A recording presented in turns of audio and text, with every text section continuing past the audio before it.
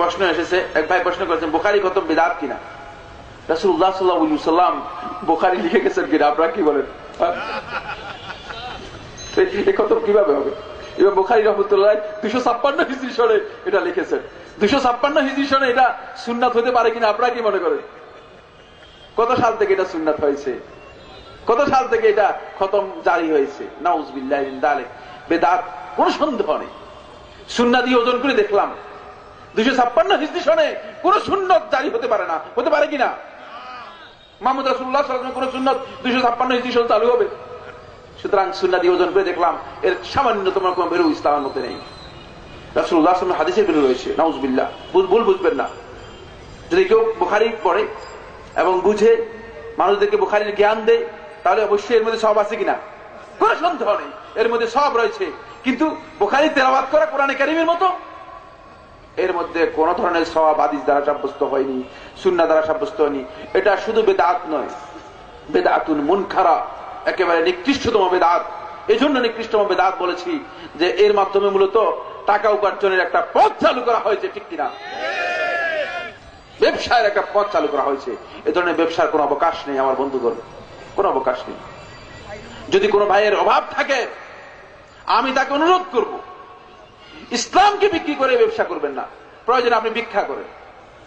এবং আমি সাইফুল্লাহ এই কনসেপ্টে বিশ্বাসী, যদি কোনো কারণে আমার অভাব হয়ে যায় আমি ভিক্ষা করব, কিন্তু আমি কোন ধরনের বিদআত করব না, এই কনসেপ্টে বিশ্বাসী। আসুন আমরা এই কথাগুলো বুঝি। এরপরে আমি সর্বশেষ যে কথাটুকু বলবো সেটা হচ্ছে এই হক সত্যকে জানার জন্য আজকে আমাদের দিগন্ত মুক্ত হয়ে গেছে। কোরআন এবং হাদিস আলহামদুলিল্লাহ আমাদের সামনে একেবারে স্বচ্ছভাবে এসে গেছে। মিডিয়ার মাধ্যমে, নেটের মাধ্যমে, ওয়েবসাইটের মাধ্যমে সারা হোল ওয়ার্ল্ডকে একটা গ্লোবাল ভিলেজে পরিণত করা হয়েছে। একটা গ্লোবাল ভিলেজে পরিণত হয়ে গেছে। একবারে পুরো পৃথিবী আজকে আপনার ঘরের মধ্যে বসে আপনি সবকিছু পাচ্ছেন। সুতরাং আমার বন্ধুগণ, কেন আমরা চোখ বন্ধ করে থাকবো? কেন আমরা জানবো না কোন জিনিস আমাকে প্রতিবন্ধক হয়ে আছে আমার কাছে, যেটা আমি জানবো না, আমার জানার দরকার নেই? এটা কোনোদিন হতে পারে না। এজন্য আমি আপনাদেরকে অনুরোধ করবো, আমার কথা বিশ্বাস করার দরকার নেই। আমি যে আলোচনা করেছি সে আলোচনা অনুসরণ করার দরকার নেই। আপনারা জানুন, জানার জন্য আপনাদের দিগন্ত মুক্ত করে নিন।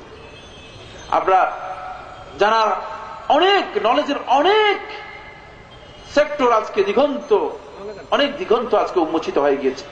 এই প্রত্যেকটা দিগন্তে যে কোনো একটা দিগন্তে অবগাহন করে রাসূলুল্লাহ সাল্লাল্লাহু আলাইহি ওয়াসাল্লামের সুন্নাহ থেকে, হাদিস থেকে জেনে সত্যিকার জানার মাধ্যমে যে মজা আছে সেই মজাটুকু লাভ করতে পারলেন এবং নিজের আমলকে মজবুত করতে পারলেন, ঠিক কিনা?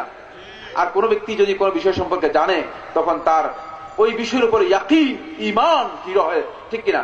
এই জন্য আসুন না আমরা আসলে প্রথমে জেনে নিই এবং জেনে নিয়ে সেই অনুযায়ী আমল করি। আল্লাহ সুবহানাহু ওয়া তাআলা আমাদের সবাইকে তৌফিক দান